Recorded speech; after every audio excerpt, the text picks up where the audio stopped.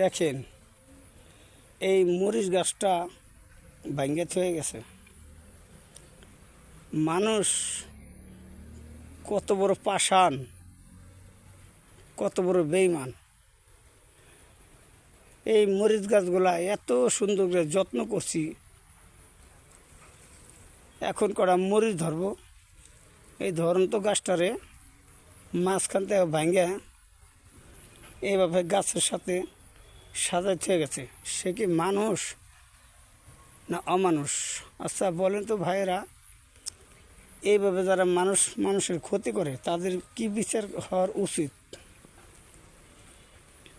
দেখেন,